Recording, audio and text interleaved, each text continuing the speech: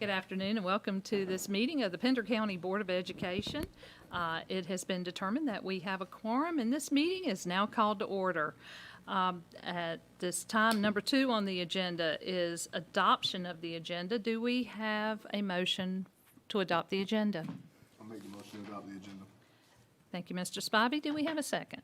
Second. Thank you, Mr. Hall. All in favor, please say aye. Aye. And the agenda is adopted. At this time, we need a motion for closed session, please. I'll make that motion if the attorney will read it. I move that the board enter into closed session, subject to the advice from the attorney pursuant to North Carolina General Statute 143-318.11A1 and A6 to prevent the disclosure of confidential personnel information under General Statute 115C-319 and to consider matters related to personnel matters.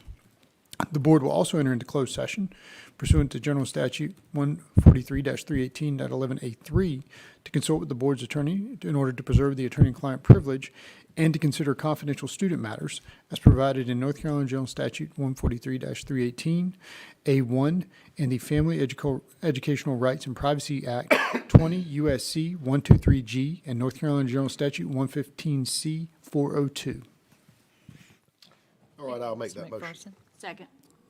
Thank you. We have a motion and a second. All in favor, please say aye. Aye. Thank you. We are now in closed session.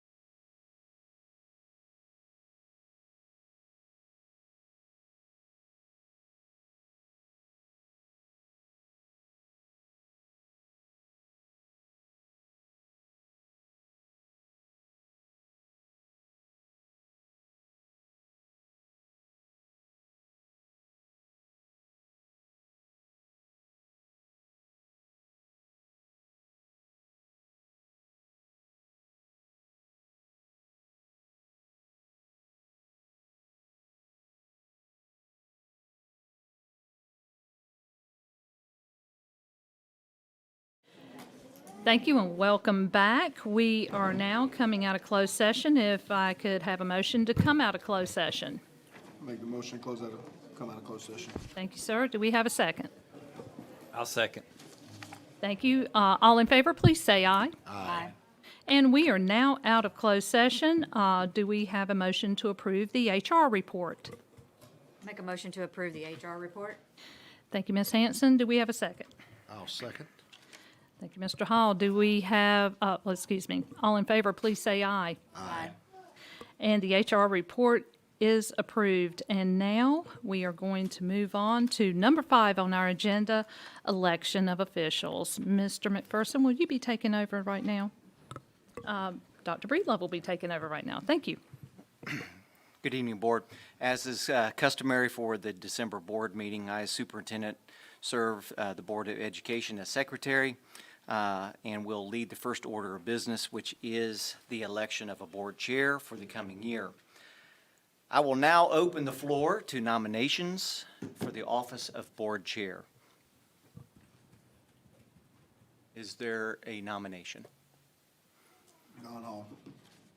Mr. Spivey says Don Hall. Is there a second? I'll second. Mr. Reeves seconds. Are there any other nominations?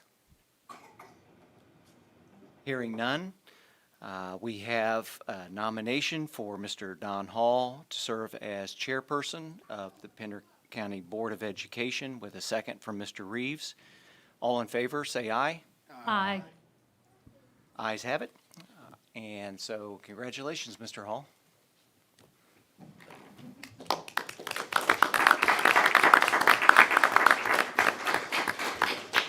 And so at this point, Mr. Hall now will take over and selection of a vice chair.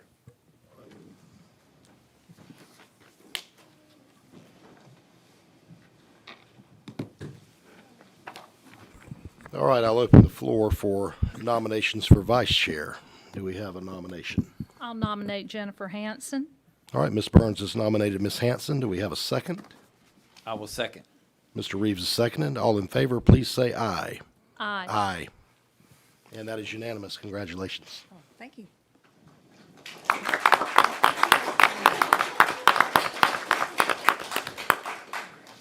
All right, thank you, Dr. Breedlove. Pledge of Allegiance is next, and looks like that our national anthem and another song are going to be performed by the Malpas Corner Elementary Chorus. So would y'all come up, please?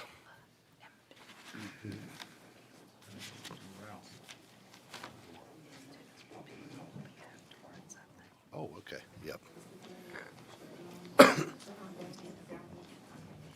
Miss Cassandra Barnes, would you introduce yourself, please? I am Cassandra Barnes, music teacher at Malpas Corner Elementary School, and these are my students from Malpas Corner, some of our 4th and 5th grade students. We will now do the Pledge of Allegiance for you. Begin. I pledge allegiance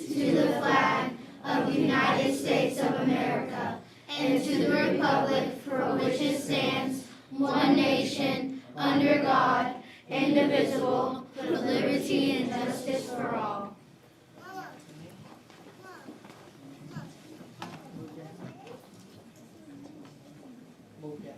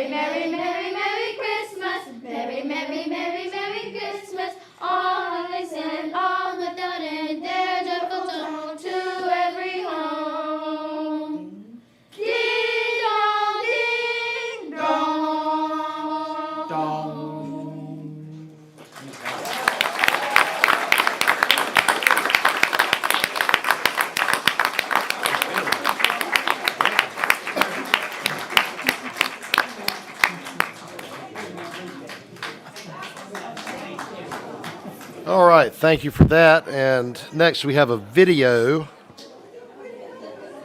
from the Pender Innovative Learning Academy. And they are instructed by their reading teacher, Miss Erin Robbins. And Miss Braun, would you come up and, Miss Nikki Braun, would you come up and tell us anything you want to about it? Yes. The video that you're getting ready to watch is two different songs from our elementary students at Pila. Last spring, we decided to introduce desk bells. They are like your typical handbells that you see in a lot of children's choirs, but they are on the desk. They don't swing them around, they just tap them. But they all have to work together to do this. They started mid-October, and they've been working on it since 1 to 2 times a week, so you're looking at maybe 12 to 15 practices tops. People are there different days. Sometimes kids are absent, sometimes they're not. So for them to come with this, we are pretty proud of everything that they have done. So we're excited to let you enjoy.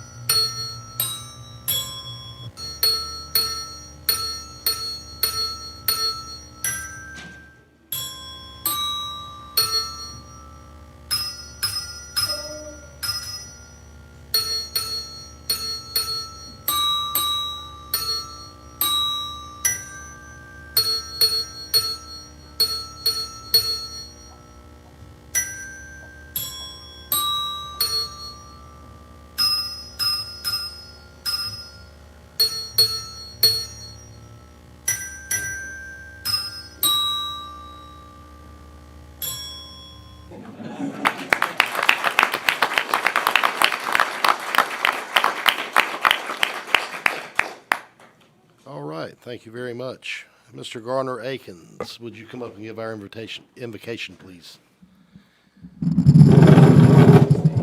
Assistant principal at Pender High School, as well as the pastor of Shiloh Baptist Church. Anything else you'd like to tell us before you? Congratulations on your appointments for this year, and you have it on record that if you would continue to need my services in this, you have it until you decide that you no longer need it. So I'll be, All right. been honored to be able to do this, and I look forward to do it in the future. And I just want to encourage you to take some time and with the Christmas joy, because you're going to need it. If you've stepped out in public with the traffic and everything else, you're just going to need it during that time. So just cling to it. And if you would, let's bow as we open up in prayer. Heavenly Father, we thank you for this day. We thank you for this time and this opportunity that we have to come and to assemble here, Lord, to be able to handle the business that is at hand. And I thank you so much for the people that have chose to serve this community and this county, to be able to bring their best foot forward, to bring the best opportunity and education that we can to the students all over this county. And we know that this is a very stressful time of the year, but it is an exciting time of the year as we begin to close a chapter on the first half of the year. And we just thank you for blessing us the way that you have, and we ask that you'll continue to give us the strength and the health to be able to do it to the best of our abilities. And we just pray that you'll give us that same strength and invigoration to start off the second semester even stronger. We pray that you'll be over the meeting, that you'll be with all those that are making decisions, that you'll just guide their heart and their mouth and their wisdom that they need in order to do your will. We thank you, love you, and praise you, and ask these things in Jesus' name. Amen. Amen. All right, thank you. All right, Miss Bevan Stokes and Miss Karen McGowan, would you come up?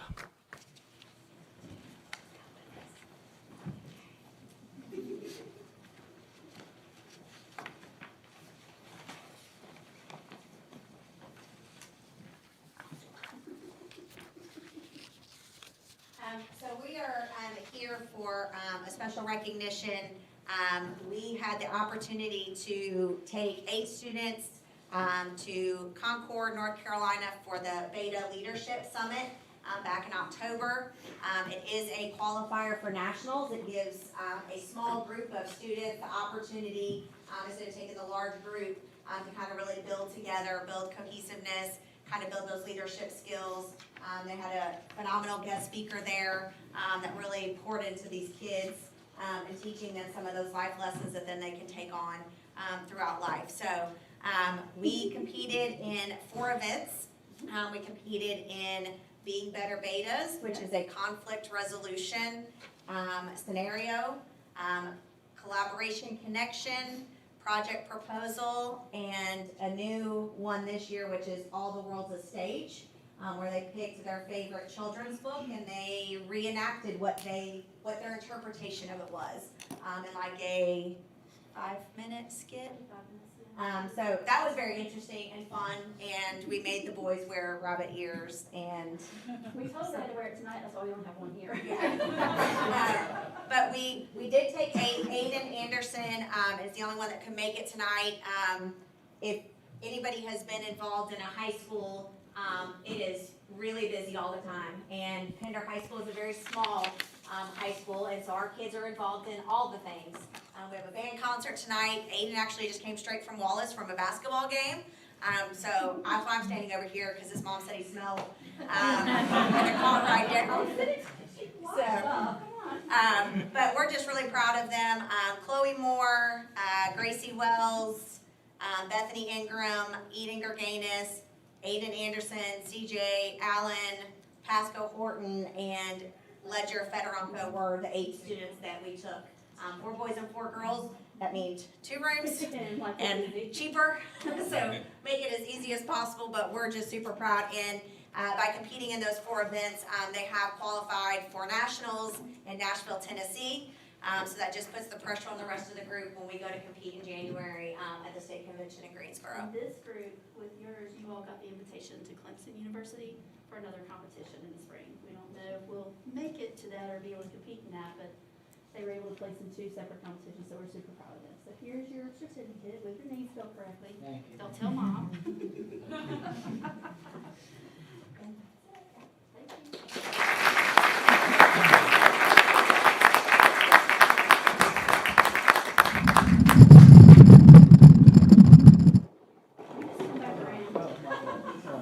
Get the representative. Well, that was the whole basketball thing, which I'm really honest. Especially when you're hoodie.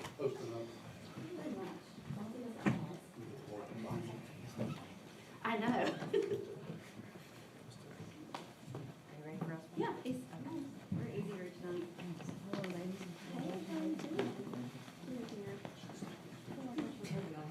They're all standing like way behind you. Smell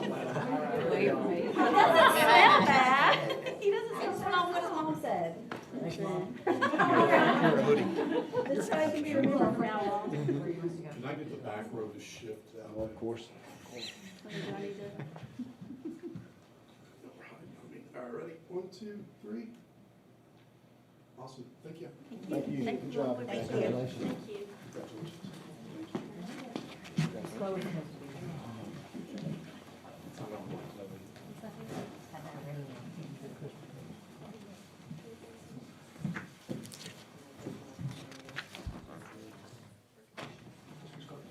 All right, who's got the student artwork? Is So that, we've got 8 different students for the student artwork. We have their art teachers are here as well. And I want to point out, Ms. Stokes had said how busy it is this time of year. So our student from Surf City Middle was just in a basketball game. Soccer game, sorry. Ms. Hall asked, what's the cutoff? And I said, 6:15-ish. You walked in at 6:15. So thank y'all for being here. If you know, our teachers want to come up, students come on up. I'll help you. Pass those in.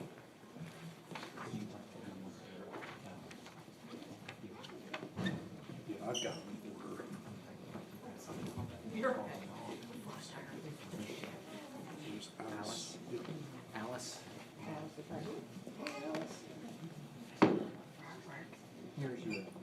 The Make sure that's yours. I'm almost positive that's yours.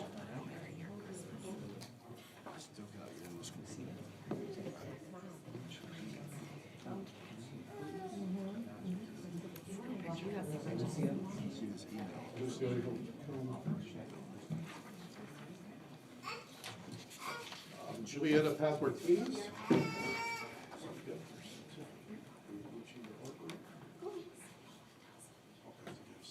You've got two there.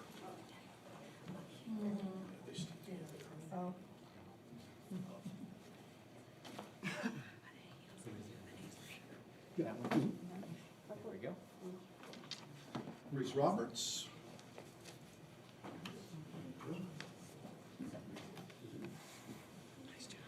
Grade 8. There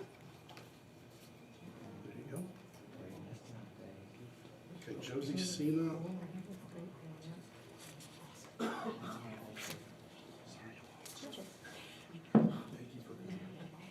Rosie Jacoby's not able to be here. Okay. And Olivia Cisco. Brian, good to see you. So a little background on this. Each year, the art teachers have their students in the fall present art that could possibly be chosen to represent the district over the winter. These cards will go out to our community partners. They'll go out to just scores of corners across Pender County. So this is the artwork that represents our district. And we have grades, what do I say? We have from 1st to 10th grade. So this runs the gamut of our schools here. So it's pretty cool to see this. And literally one of my favorite things to see your creativity. So thank you all for doing this. And teachers, if you want to speak about anything, or the students, if you want to speak about your artwork, feel free. Don't all speak at once. You get to know it all. I'll get my camera and take pictures. Congratulations, everyone. What a fantastic job. So thank you. Can we give them a round of applause?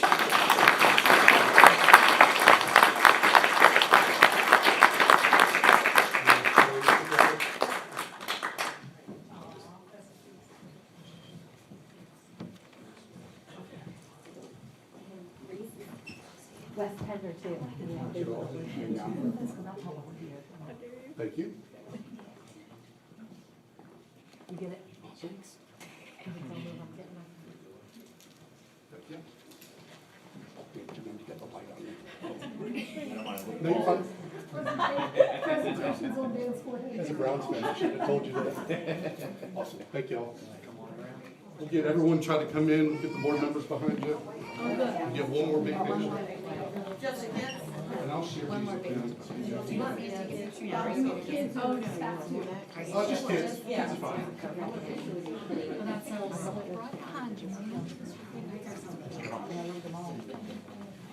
Wait.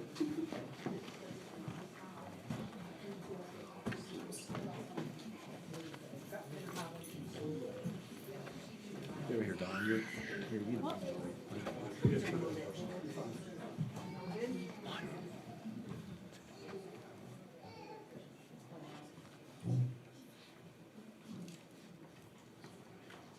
Okay, let me get mine. Ms. Burtis, go to your, there you go. All right, ready guys? 1, 2, 3. Awesome, thank y'all. Thank you. Good job,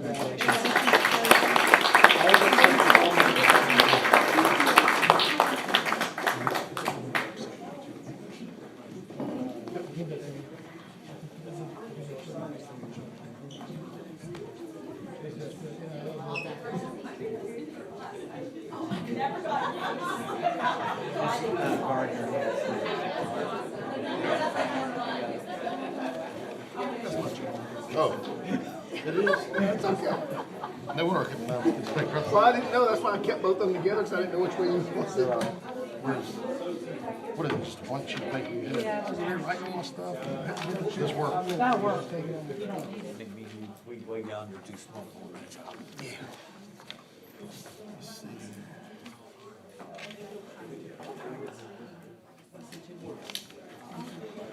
I promise, it's for diplomas only, I promise.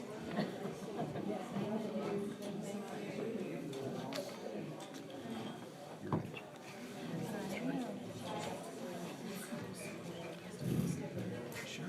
All right, item 11 is the information agenda, and 11.1 is a presentation on Moores Creek by Miss Beth Burns.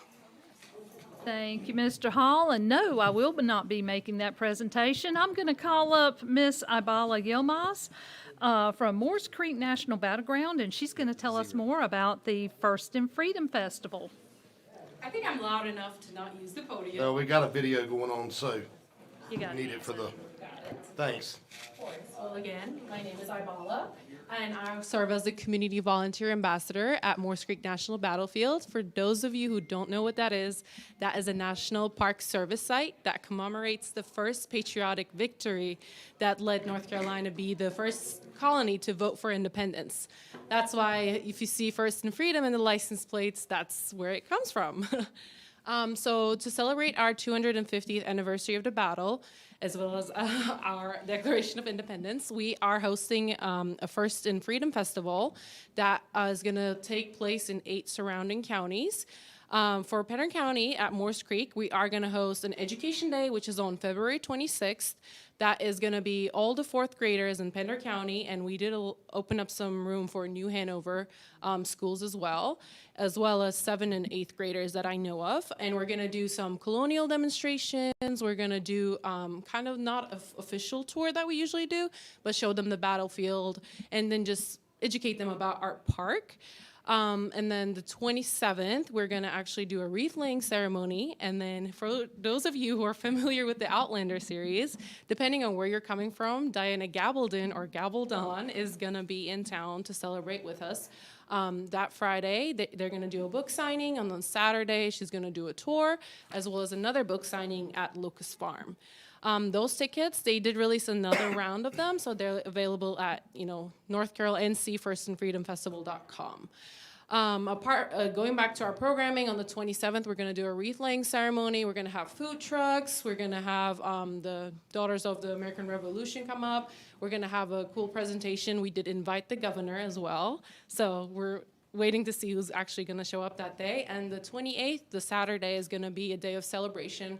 So more colonial demonstrations like candle making. There's blacksmith, woodworking. We're going to build a tart kiln where we show how people that time utilized the pine trees surrounding us for their economy and to support labor. So yeah, basically we need to get the word out. That's why I'm kind of here today.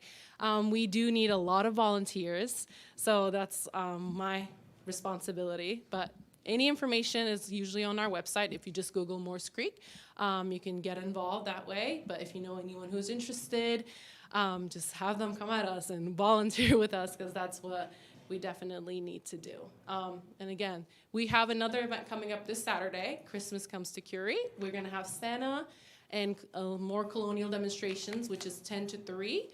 Again, on a Saturday, 10 to 3 p.m. Just come up. We can do a guided tour. You can just jump on one and just enjoy Christmas spirit with us. So, very nice. Yes. Thank you, yes, Ms. Yilmaz. It's not every county that can boast a Revolutionary War site and a national park all in one within their county. And I dare say, if you have a Pender County Schools diploma, you have been to Moores Creek Battleground at one point. And I can say that with right much confidence, I think. So, again, just wanted to say thank you so much for coming tonight. It's, like I said, Moores Creek and Pender County Schools have always been great partners. We appreciate what you did. Yes, and I gave you some of our merch for 8250 that also has my information on there. Again, if you have any questions, if you know a volunteer that's interested or want to do another school programming that you know isn't coming to the Education Day, just let us know, and then we'll definitely get everyone settled in as much as we can, because we're trying to accommodate for around 10,000 people for those 3 days. Wow. So. You have an Education Day coming up too, and I know that Dr. Oates has been working with our elementary principals, and I believe we have almost every one of our elementary. I believe so. Coming out for that Education Day at Moores Creek. So just want to let the board know. Yeah, I actually emailed with her today, and we're just waiting on Cape Fear confirmation. Okay. So the rest of should be hopefully officially done and ready to go. That's a good field trip for We're our students. excited. Yep. Any questions for me? Thank you. Thank you. No, I just want to say thank you for contacting me with this. We want to help you get the word out too. Absolutely. Thank you so much. Okay, thank you. All right, I made a mistake and skipped over 2 items here somehow or another, but we have public comments. And I've got a statement here that I'm gonna get the attorney to read and call the name if you don't mind. Absolutely, do not.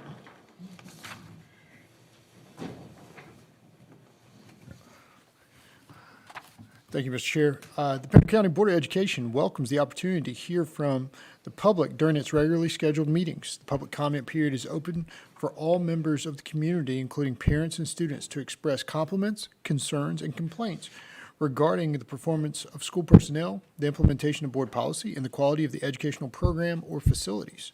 In accordance with Policy 2310, presentations are limited to a maximum of 3 minutes. Obscene, vulgar, or profane statements and statements reasonably perceived to be disruptive or eminently threatening to the orderly operation of the meeting will not be permitted. We have one person signed up for this evening, Michael Beck.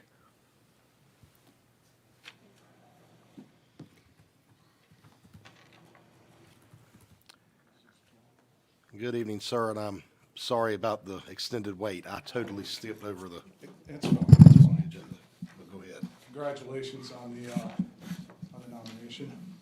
Good evening, board members. I would like to use my time to recognize all the amazing staff at North Topsail Elementary School. They not only give our kids knowledge, but hope, confidence, and a world of possibility. Every day, these educators walk into classrooms with more than lesson plans. They carry the weight of their students' needs. In the case of my kids, even more with their special needs.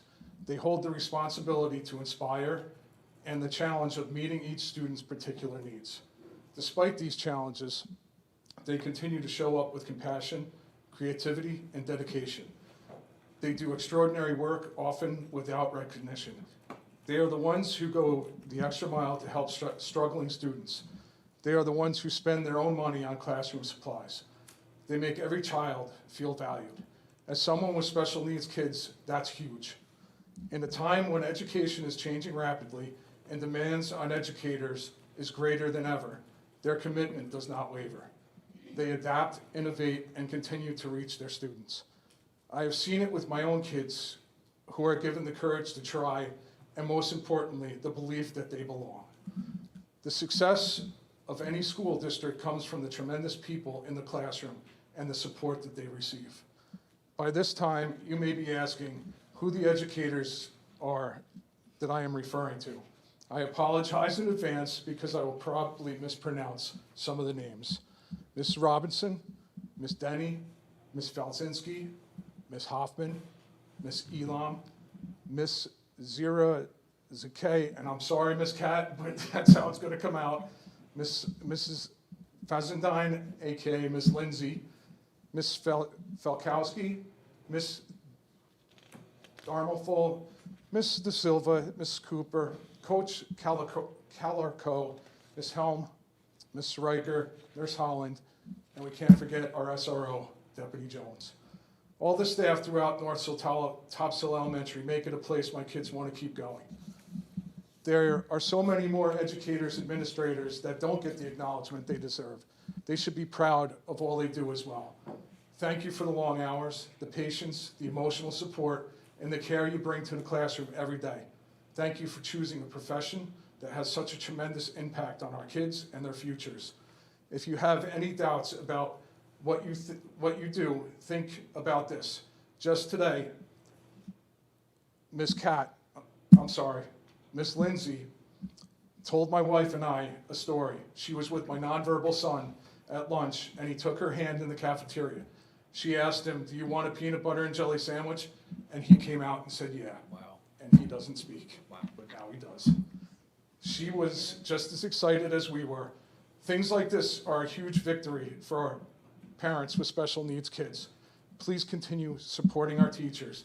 And not to leave out my other son, we set up a field of flags at our house for Veterans Day. When he saw them, he rushed from the car, stood in front of them, and recited the Pledge of Allegiance. The teachers here are amazing, the administrators are amazing, and the support they get is amazing. Please keep it up. And that's all I have for tonight. Merry Christmas. Happy birthday, Mr. Hall. Yeah, I know. Now I embarrassed you. Thank you, Mr. Beck.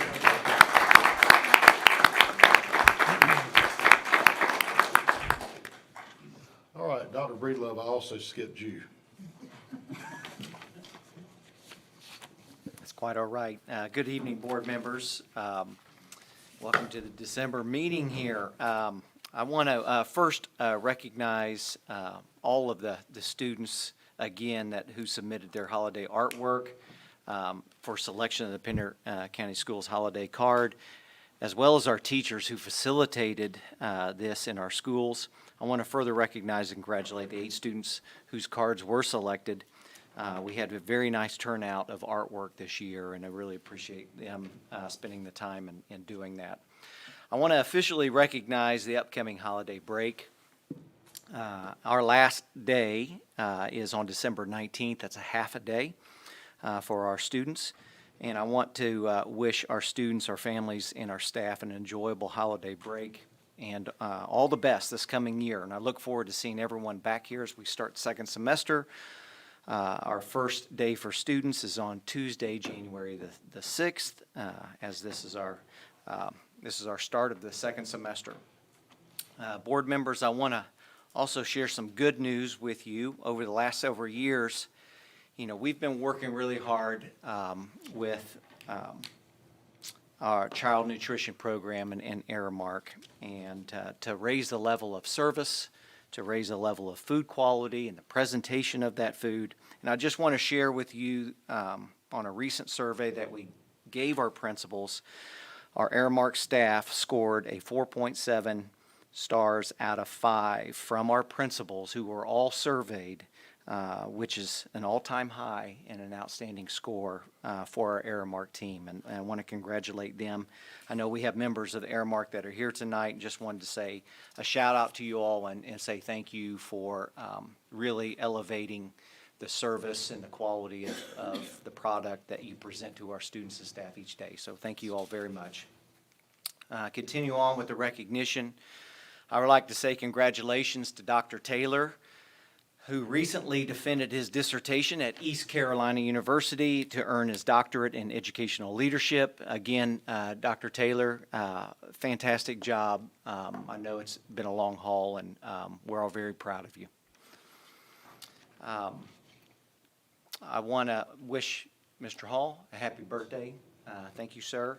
I also want to thank Ms. Burns for her service as board chair this past year. This is a lot of hours on the job as a board member, and even more so as a board chair, and certainly as we all know, the work that goes on in and out before board meetings and all of that. And so, Ms. Burns, thank you very much for your service and support. I also want to congratulate Mr. Hall and Ms. Hanson. Thank you both for stepping up and stepping into these roles as board chair and vice chair. I appreciate each of you. I appreciate the board. And I look forward to a great 2026. So thank you. Just a couple of announcements here. We have on Friday, December the 19th, we do have that early release, as I mentioned, Friday, January 2nd, and Monday the 5th are work days for staff, no school for students. Once again, the first day of school is January the 6th. Some key dates: mid-year graduations happen on January the 5th. We have a 9 o'clock mid-year graduation at Topsail High School, an 11 o'clock a.m. Heidi Trask High School graduation, a 1 p.m. at Pender High School, and then again 3 p.m. we have Pender Innovative Learning Academy out at Cape Fear Middle School in their gym. Our next board meeting is Tuesday on January 13th. We will start the regular board meeting, go into closed session at 5 p.m. And then I do have one more recognition for the board. And this is for Mr. Taylor. On behalf of Pender County Schools, thank you, Mike, for your many years of dedicated service to public school education, our students, our staff, and our community. Your leadership as a teacher, as a coach, as a school administrator, and as a district-level administrator has made a lasting impact on countless lives. As you retire in Pender County Schools and end a distinguished career as a North Carolina educator and leader, I speak for everyone here when I say that I celebrate your commitment to serving others, and I wish you the best in moving forward with the next chapter of your life. You are a man of great character, integrity, and honor. Congratulations on a job well done, and enjoy your retirement. Thank you. If we can give him a round of applause.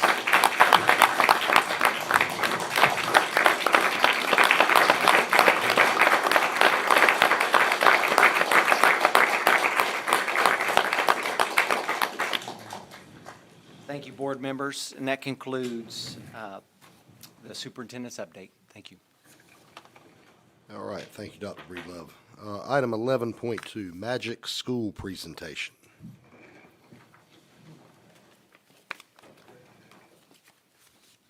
Good evening, board.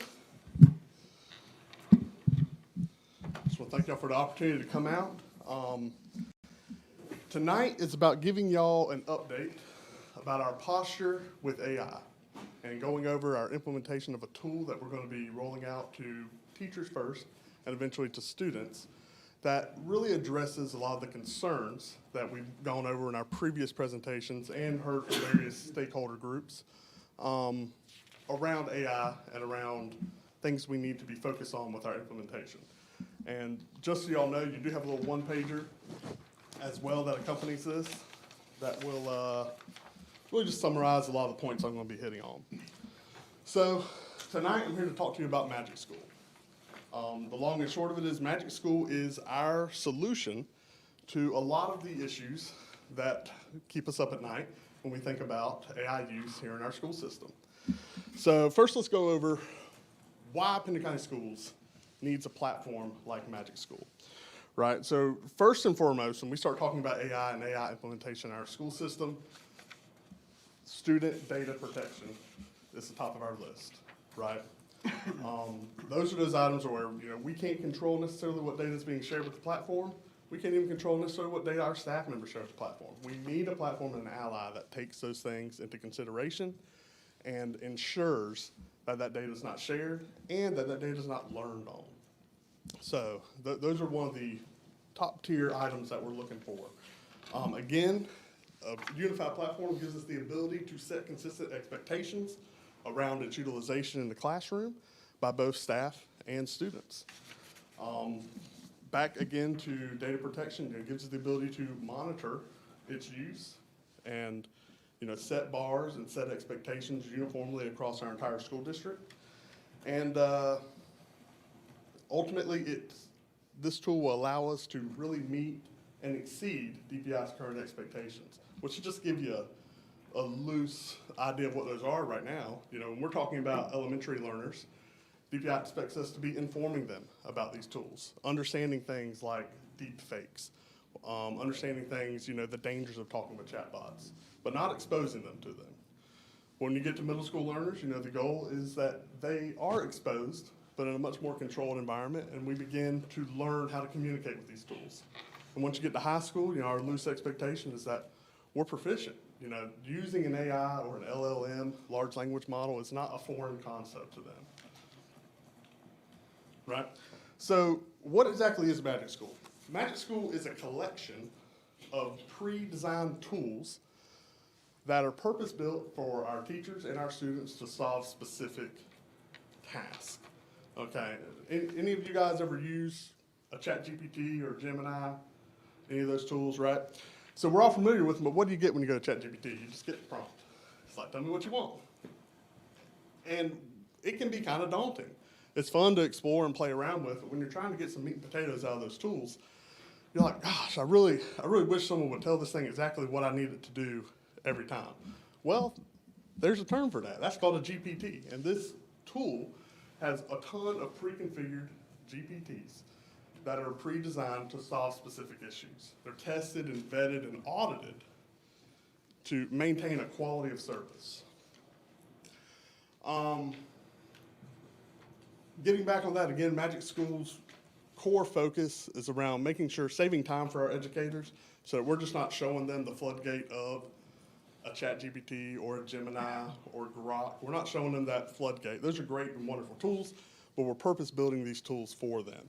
Again, when we get to our learners, our students, where that importance is even more refined, where we're trying to get objectionable tasks for them. And again, taking the time to train a model is just so overwhelming for them. So back to staff time. What are some examples of what these tools are designed to use or designed to do for our staff? You know, I just listed a couple here. You know, we have lesson planning, setting up differentiation, different accommodations rather. You know, IEPs and 504 support materials. These tools are designed to streamline the generation of these documents. Again, back to our core fundamentals of AI. This is not, we just type it in and take what it gives us and run with it. That's not how we use AI here in Pender. Remember that? So these tools are designed about doing some of the heavy lifting, giving us the ideas, giving us the outlines that save time, that pushing down those brick walls that often hinder our staff from even getting started on so many of these tasks, right? Communication and translation, you know, that's definitely a barrier for a lot of our staff.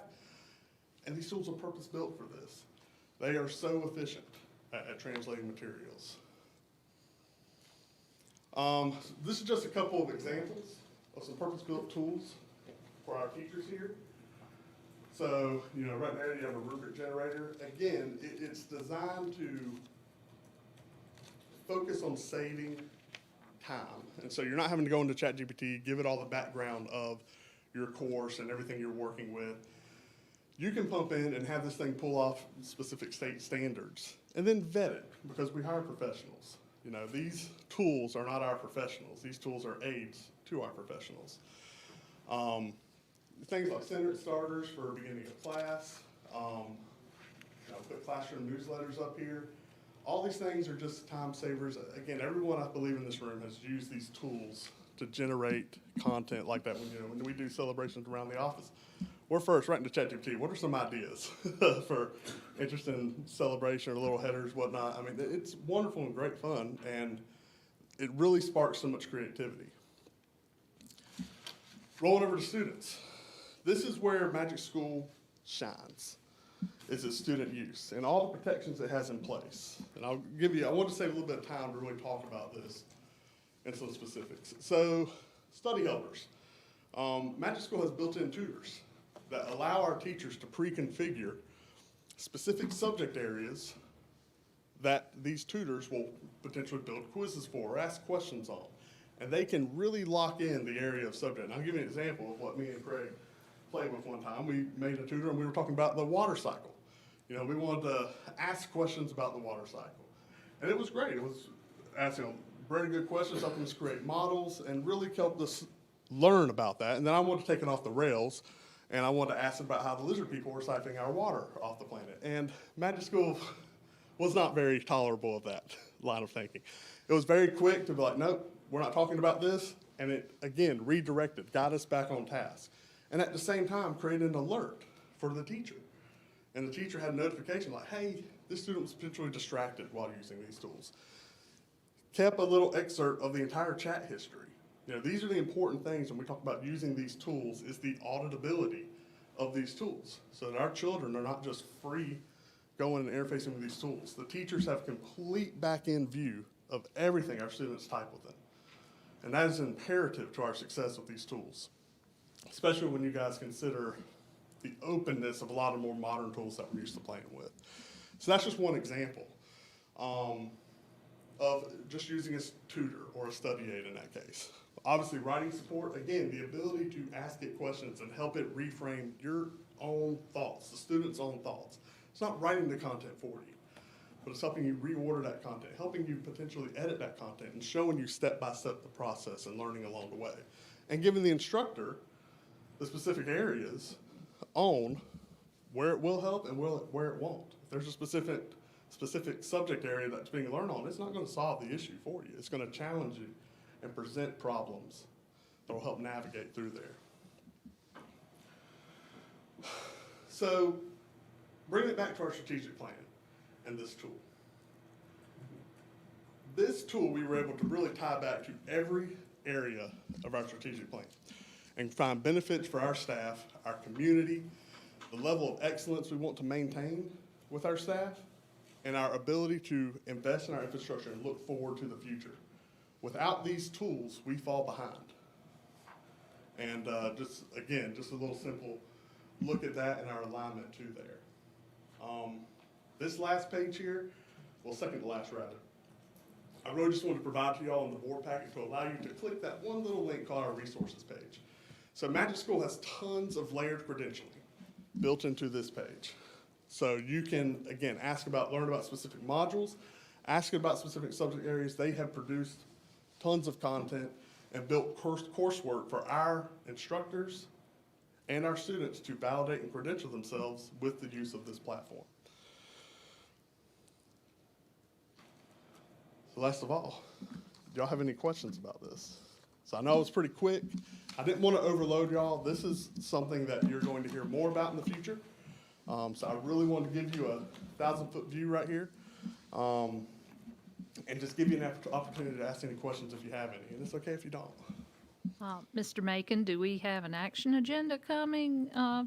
Do we No, have this not on for an this action item. agenda anytime soon, or? No, Okay. not for this item. No, this is something All we're right. moving forward with. Okay, Yeah. very good. I do like the idea, I mean, we want to keep up with technology as it is. And I do like the idea that this is putting some boundaries on something that I think definitely needs some boundaries. Yes. You know, love it or hate it, this is here. Yes. So I think that this would be, the way to go with it. And like I said, make sure that they're not getting into any trouble with AI. So, Absolutely. good job. Thank you. Safety is our top priority with the implementation of any of these tools. Wish I knew what to ask. Like I said, I just think this is the most responsible way if we're going to do it. If this is the anything most comes up or y'all responsible would way to love do any it. interesting thing specific, please don't hesitate to reach out. All right, well, I appreciate y'all. I'm Seems sorry. like a win-win for students and teachers. It is a win-win for everyone, and I'll give you a little anecdote. You know, our partners through the North Onslow actually implemented this tool, and their tech department told us, generally they have a lot of pushback on change in their tech department, and you know, it's rare that you get total top-to-bottom buy-in. And they said, in the history of their time in their positions, they have never seen a tool as well received as this across their district. And that was very, very heartening to hear. And we're looking forward to rolling this out to staff and students as well. I just want to say thank you. What kind of cost is with it? So the cost is roughly about $6 with our current plan, about $6 per student. We are working with the Southeastern Alliance to negotiate more of a regional plan. This is something that we felt we could not wait on that for. A lot of people are in a waiting game, and you can wait, and you won't make any progress, or you'll be spinning your wheels. So we're not in any sort of long-term contracts with this. This is something that we're going to be approaching year by year and reevaluating. But this is a tool that we, of the current playing field, are confident with moving forward with. All right. Anybody have any objections to any of it? None at all. I mean, that's a lot to figure out. Yeah. All Thanks for right. your time, and if y'all have any questions, please don't hesitate Thanks. to reach out. 11.3, Bordeaux presentation, Dr. Grimm.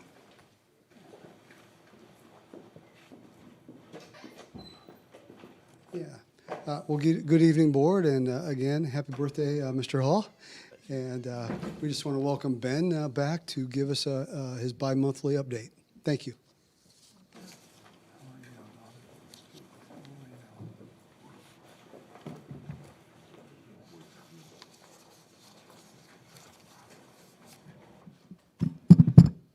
Good evening, Board. Merry Christmas to everybody.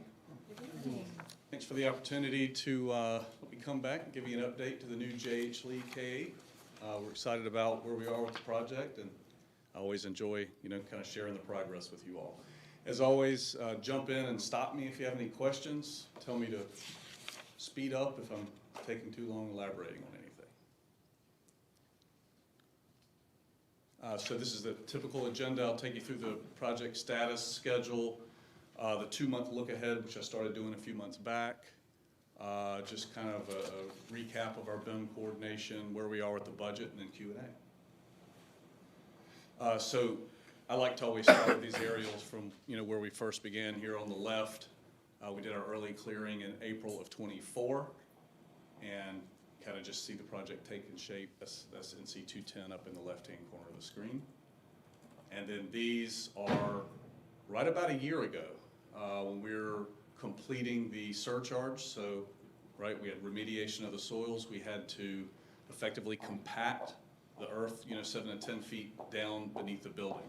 So we're simulating the building load by bringing in all this earthwork. And so you can kind of see here in March of '25 when we're first starting to remove it, just before we're starting building footings. And here we are today. So you can see, my pointer will work here. I want to remind everybody, because I'm going to be using the wings. We have building wings A through H. And so we have NC 210 at the bottom of the screen. The way they work starts in the middle. So A, B, C, and then the classroom wings go D, E, F, G, H. Okay, so hopefully that is easy enough to remember. But we have wings A and B. The high roofs are on. You can see from here, you got steel decking on C wing.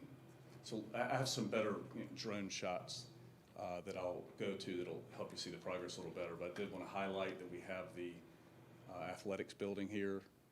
We have the sports and bus parking. We've got all the curb in, and weather permitting, we'll start paving next week. So really looking to try to wrap this side of the site up. We want to get a good growing seasons in on the sod, so when it comes time to use these play fields, everything's very well established. But kind of hard to see in this light, so I'll flip forward here. There's some better drone shots. So again, NC 210's over here on the left. The middle school is on the left. So we have poured all the structural concrete on the middle school side. So you can kind of see the second floor of C wing, the steel decking is on. We have structural steel going on in the E classroom. It's hard to see in the light, but all the bar joists are on, and we're starting to put decking on. So roofing isn't far away on this, our first classroom wing. We've poured the second floor, the concrete on the second floor here, and we've started masonry this week. Over here on the elementary side, we have steel erection. You can see the decking going on F wing. G and H are both first floor masonry are up to bearing, so the steel erector's catching up on it. We do expect all the steel on site by Christmas. And you can kind of see, crane here, they're starting to work on the upper steel in F wing. So a lot going on. We have structural framing has happened here in A wing and on some parts of B. And what happens after that is we follow with spray foam insulation and the brick masonry. And then of course after that's windows, which we do expect to start window fabrication, January, February. But you can kind of see, we've got the roof on the high parts of A and B. And now what we do is we work off the low wing, putting spray foam and brick on. Once that wraps up, then we'll put the roof on after it. We don't want to damage the roof. So, and you can kind of see once we get off of those and are able to get those dried in, the mason will fall back where all this sheathing is, and we'll start putting brick on the exterior of the building. So, pretty exciting part of the job. Here's another shot just kind of looking from the back. So this is G, H, this is F. So again, this is the elementary school side. And you can see over here, this is E wing where the steel is setting on the second floor load-bearing masonry. And decking, like I said, is on C, and it's going to be going on here. So we think once we get this brick wrapped up here at the high-low roofs to get the roofer back, he'll never leave again. He'll go on to C, go on to E, go to F, and then hit these last classroom wings. So that's a big deal for us, for sure. Always have to throw in a glamour shot there. That's our last concrete pour on the middle school side there. And this is just a shot. So we've got MEP rough-ins, so plumbing, mechanical, electrical, fire protection. It's really underway and making good progress in both floors of A and B wing, first floor of C wing, and first floor of E wing. So there's a lot going on, a lot of manpower on site, and we're making really good headway. This is just kind of the conclusion of our sample panel, which of course you all helped us pick some of the caulking colors and things on it, but we do have the glass in the windows. This is a pretty tricky detail. I mean, the building itself, is large rectangular classroom wings. And so this is one of the architectural features that you'll start to see, which will really help give the building some definition. So just a detail we wanted to work through and make sure we had right before we went and did it on every window in the building, obviously. So just the overall status, we have all the building foundations and concrete slabs on grade complete. We've got the second floor slabs complete on the middle school, and we're moving toward, we've got really 3 more pours left, F, G, and H. Off-site sewer design is complete, and we are waiting to hear back from Pender County on the memorandum of understanding between Pender County Schools and Pender County on the agreement for the sewer line to go through to Highway 17. Brandon and I were talking about that late last week, and we're waiting to hear back from Pender County on setting up a meeting, if necessary, to talk through this stuff, because we think we're in a position where we get that signed, we can finalize the pricing and start work. That's what we want to do. NCDOT, we have received their final comments. I think we went through 3 different rounds. The last round, we are going to have to replace culverts up underneath NC 210, so we've incorporated those in the drawings. We've sent them back to DOT 2 weeks ago now, and we're expecting to hear by Christmas that we have approval. We don't expect there's going to be any more comments, so we've gone through 3 rounds of them. But we've already pre-qualified our subcontractors to bid on, because this is going to be like a separate package, right? Because it's reimbursable for the most part from NCDOT. So we have our pre-qualified bidders, and once we get approval from DOT that the design is finalized and approved, we'll advertise it to bid, receive bids on it, and then get underway on that work. Mr. Warren, I'm sorry to interrupt, but the permit that you're talking about, is that the driveway permit that's had much discussion? Well, what I'm DOT. talking about is the final design of the roadway, basically widening, the signaling plan, all that. So it's Perfect. basically how the traffic will flow through the site, what signals are there, and what effectively we're doing to widen the road, which involves, storm drainage that's already under there, Right. turn lanes, length of those lanes. That's what Okay. what I'm I didn't know, I didn't know if it wasn't one of the comments. I think it was on the driveway permit, and I didn't know if this was part of that. It would all be related. Gotcha. I just knew that one of the comments was about tiered bell schedule for the safety on 210. Right. And okay. Yep. And so I know that's something that the driveway permit was something we were waiting to get approval on, but. right. I do Okay. feel like Thank you. I've been talking about DOT forever, and I am tired of it. I'm sure you're tired of hearing about it. But unfortunately, I'm still talking about it. But we're in good shape. We're on schedule. And so 2-month look ahead, this is updated from last time. So we are starting the fire loop next week. So that's all the underground fire protection. The bus and sports parking lot paving, we've got all the curb there, stone base, and we should start paving next week. We just touched on the sewer. We do anticipate starting work on that, the off-site sewer. Areas A and B roof systems are complete up high. They will be complete in the next 2 months, and will be started on C, D, E, and F. Areas A and B have exterior framing and sheathing installed, and areas C and E will have exterior framing and sheath installed 2 months from now. I already talked about the second floor slabs, but we do anticipate Those slabs will be in place in area F and G and H 2 months from now. We've got second floor masonry complete in area E, 90% complete in area C, and 20% in D. And we really just started on it, so our mason has really been moving quickly, which is great. The next several months are only, from a weather standpoint, are only going to get worse, so get it while we can before it gets too cold. And we expect F and G to be complete as well on the second floor 2 months from now.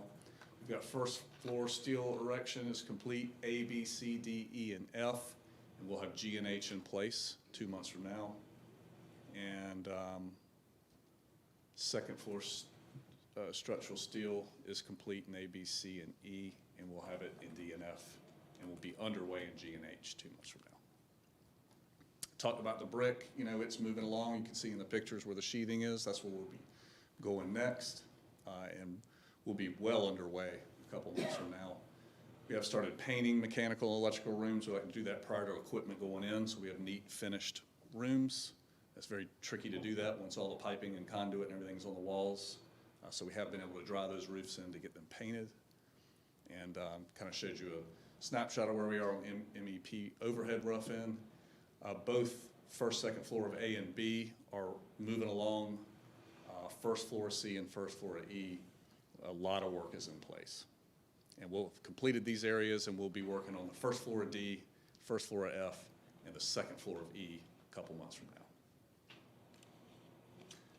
You all were on site recently, and we were discussing the adding entry canopies. So these are just some things we've been working on. You can see we've got the two main entries, middle school, elementary school.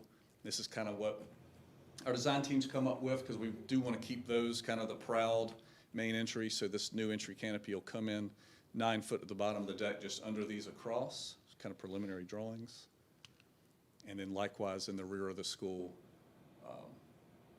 adding these in here. So we're working on that. Once we get this finalized, we'll get competitive pricing on it and share that, and you all can make your decision. Our BIM coordination, Building Information Modeling, is complete, and we've taken our contacts with the school on a fly-through through the whole model, and everyone was real happy with kind of what we worked out. It's a big school. It took the better part of a year to get all that in place, and things are moving along very well. Very few conflicts when it comes to prefabrication and installation of these systems. It's all going very smoothly. Unfortunately, I was not able to update these shots. These are the same ones I showed you 2 months ago. So what you would be seeing, right, this is our Oculo camera. I've talked about this before, where we're basically the Google Street View walking the job. We do it every week. I'm sure some of you play around with that. So this wing here is the one where the masonry's all the way up and bar joists and decking are going on top. I'll be sure to update these next time. And so you've seen these basically actual progress versus where we're going to be when it wraps up. Okay, so project budget. We have all subcontracts in place with exceptions of the FF&E, so the building furniture. There was a meeting held last week, and we're moving to finalize that scope. This is a Pender County Schools soft cost, so you all will be issuing the contract on this. But we are making headway, really working to try to pin down all these soft costs so we know exactly where we're at from a budget standpoint, and get all remaining funds to owner contingency so you can decide whether to leave it in the job or otherwise. Playground equipment, we had a meeting on site today to finalize that design so we can get proposals in on those. And I have touched on the off-site sewer. We have an allowance in place for it. And really it's just that MOU we need to get, and we can get to work. To date, we've used 3.4% of the design build contingency. We've used 9.5% of the owner contingency. We do expect around $1 million of allowances to be going to owner contingency once we kind of reconcile all those remaining allowances, which will happen after we get the final pricing on the sewer line, among a couple other things. So, in good shape from a budget standpoint, considering we are 18 or so months from substantial completion. That's all I have. Any questions? couple of comments. Okay. I don't know if I'm going or not. Your construction site is just, I like the way everything's nice and neat, there's not trash everywhere, and, I know, and this probably don't mean anything to anybody, it just means a lot to me. I was watching a welder in the gym the other day when we were over there, and he's way up in the ceiling welding. Nobody would have ever saw it, but I watched him take his slag hammer and chip away at the weld, and there was something he saw he didn't like. He put his helmet down and hit it for about 5 more seconds. It just shows you the quality of work and the expectations that these workers have of your company to do this stuff right. Nobody would ever saw that, but he took the time to take 10 more seconds and do it right. And probably nobody ever notices that stuff, but I do. I appreciate that. We do have a pretty good special inspector out there, though. It was way up May there. have seen it. It was way up there. He was to the very top. Yeah, well, a clean project site, if you want to talk about being able to build something safely, to be able to get through a project like this without any lost time injuries, it all starts with cleanliness. It's clean. Yeah, and I can tell you the folks we have out there have a tremendous amount of pride in what they're doing. And it's not just, from our management staff, but the subcontract teams we have on board out there are bought in as well. I mean, we have composite cleanup, and everyone has to participate.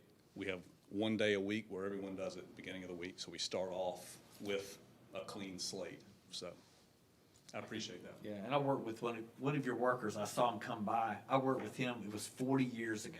Really? He works for Southern Piping. Okay. But we worked for another company at the time. And I looked at him, I saw him, I stopped him in his truck. And I thought that was just something that he's still out there doing that kind of work. And yeah, we caught it for a few minutes. But yeah, he said your company is just one of the best. It's one of his favorite companies to be on site with. Awesome. So I thought that was great. Southern Piping is a really, really good mechanical company as well. That's all I got. Well, thank you so much. Hope you all have great holidays. Merry Christmas. Thank you. Dr. Brim again. Yeah, before I have our next speaker come up, I just wanted to say that Ben had mentioned that we are in the process of buying furniture and playground equipment.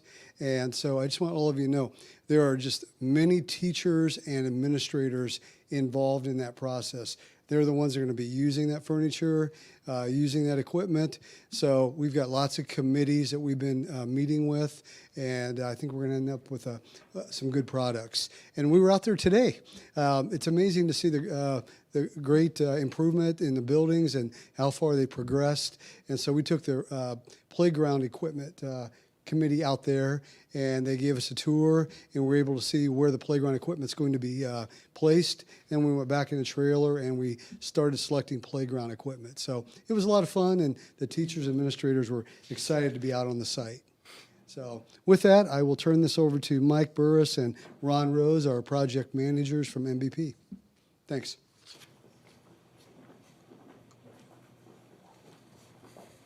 Good evening. Good evening. Congratulations on the new appointments. Yeah, and happy birthday. Thank you. And Merry Christmas. And Merry Christmas. I wanted to follow up with the presentation that we had from last time of our dashboard to create. We've updated it and moved some things around that we think helps communicate better some of the status and some of the reviews that we've done with the project. On our upper left-hand side, you'll still see the comments and where we are. With the status, that gives you an update of the current actions, the pay applications and the PCOs that are coming through, what's anticipated. We also have a schedule milestones, kind of give you, again, since it's a current or active dashboard, we want to make sure that we keep these updated for you. So we've added some in there, and you can see the targets that Ben gave us just a few minutes ago, where he's at, and this aligns with what we've got here.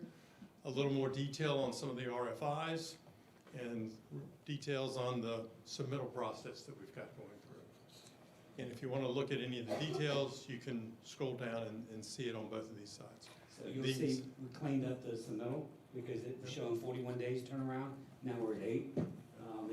There was a placeholder for everything when they created the submittal law. So it included maintenance and closeout documents. So we got it cleaned up, and now the 8-day turnaround on the submittals are correct. Yeah.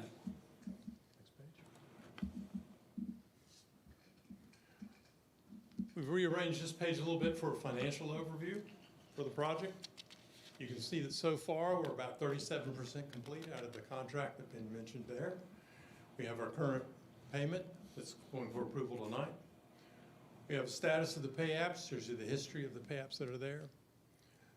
The PCOs that are approved and PCOs that are count total, and the PCO overview and the range of where you're at. You've really tapped into that contingencies that you've got so far in the project, which is good.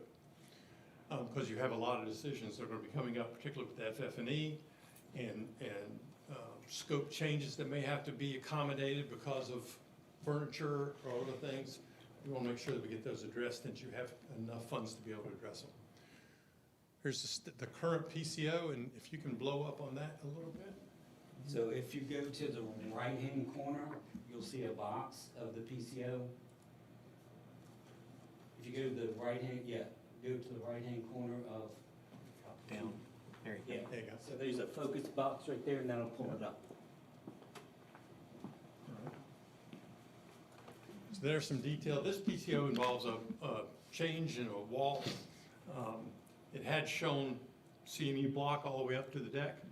It wasn't necessary in this situation, so switching it back to a drywall, chipboard finish above the ceiling, so that where there's any abuse, it stays CMU, but above the ceiling where there's not any, it returned back to a chipboard wall. There's a credit for that, and that's what they've taken advantage of. It's showing you that credit.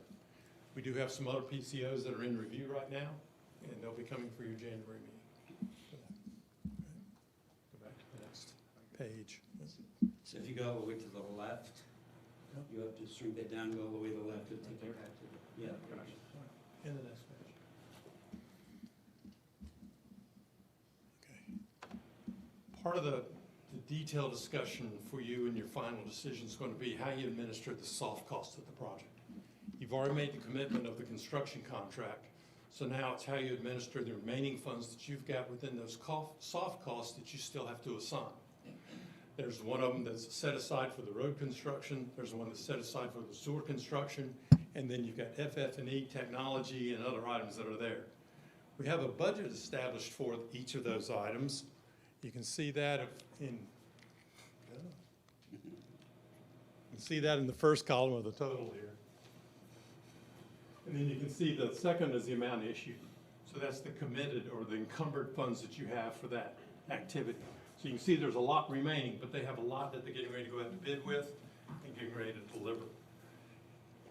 We will show you the variances that are in that, positives or negatives that are there, and hopefully we'll be under budget on all those items and be able to, again, swing it back into the project to analyze for other uses that you might have. We also thought it was important to go ahead and show a total of the bond issuances and what other work you have coming potentially in the future. So while the Leah School is the major portion of it, $130 million right now, there's still other portions of that bond that's not been designated yet.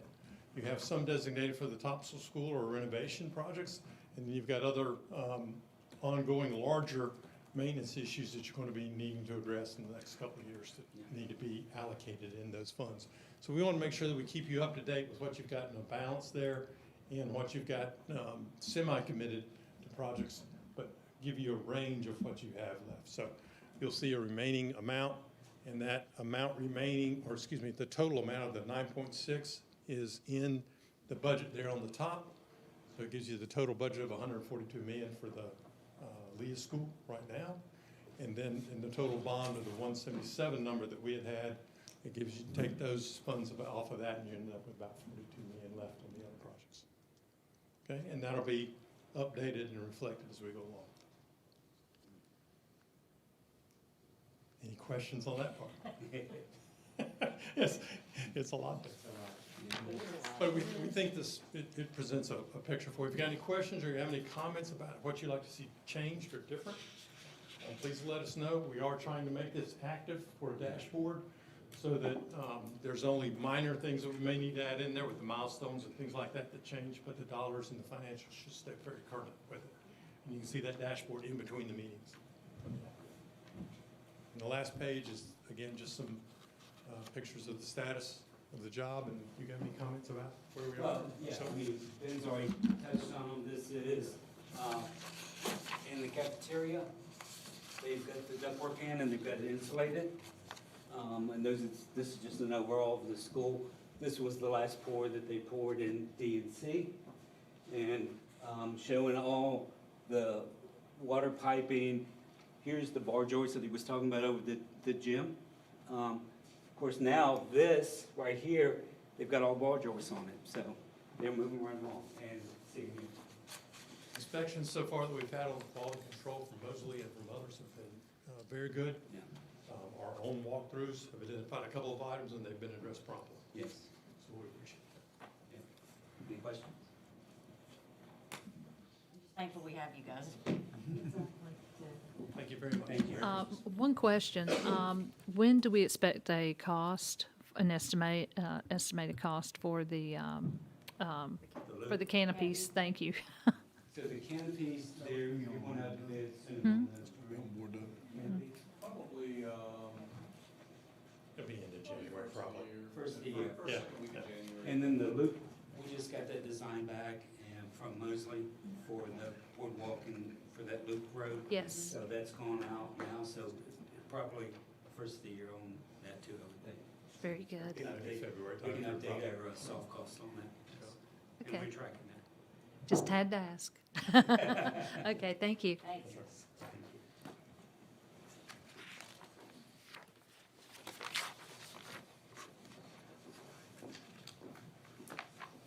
you. Then again. Yeah, seeing a lot of me. I know there was some information that the board wanted to know as far as transportation. So Mr. Overton's going to give an update tonight. So, Mr. Overton.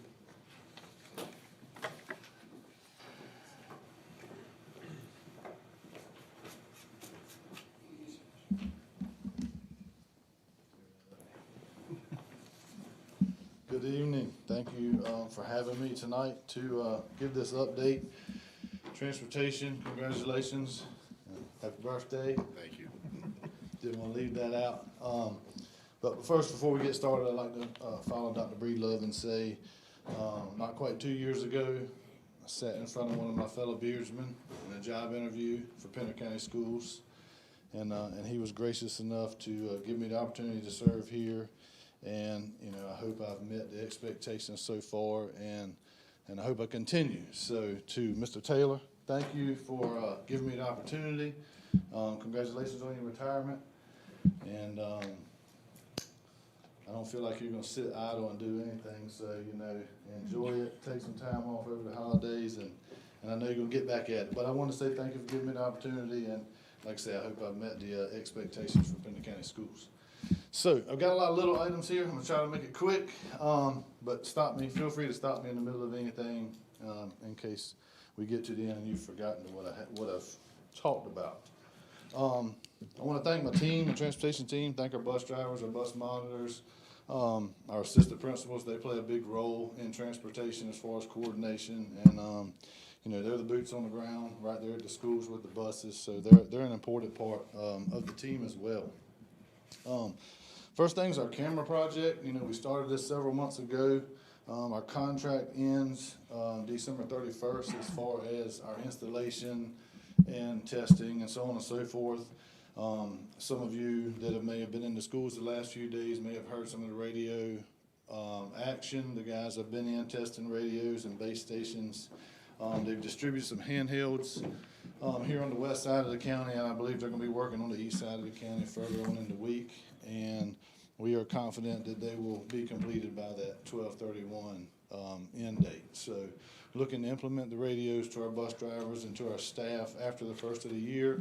And just a slow process rolling out, being that we are all on one channel throughout the whole county. So we want to take it slow, you know, ample training, and so it works out pretty good.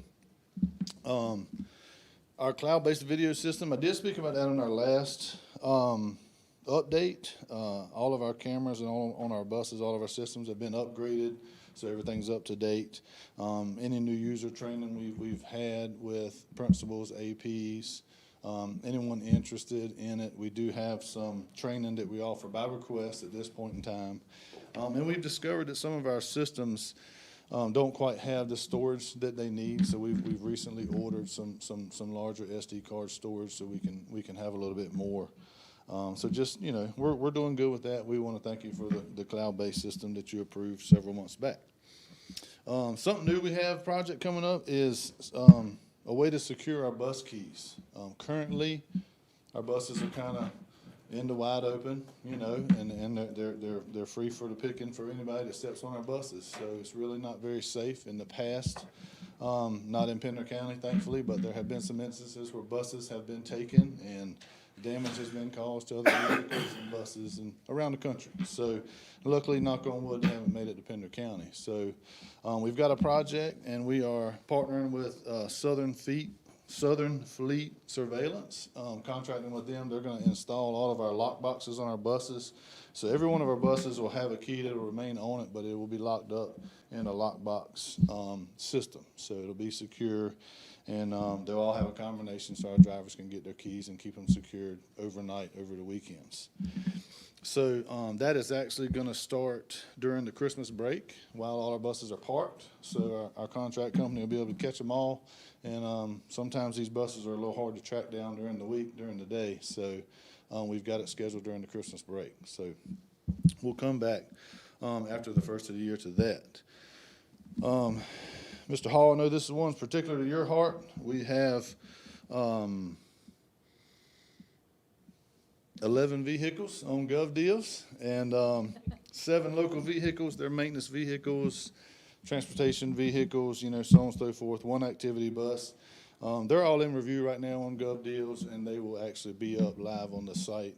And we usually run them 10 to 15 days, depending on the age and the value of the vehicles. We have 3 driver's ed cars. They're state surplus instead of Gov Deals. It's a little more of a process to get them on. There has to be approvals and so on and so forth. So they're in process as well, but they take a little bit longer. So if you've noticed, I've tried to clean up the boneyard across the street, but once we get everything sold off, we're going to move what we can, do a little more cleaning, try to neaten that up a little bit better, and then try to be a little more proactive as to getting rid of vehicles instead of letting them stack up there.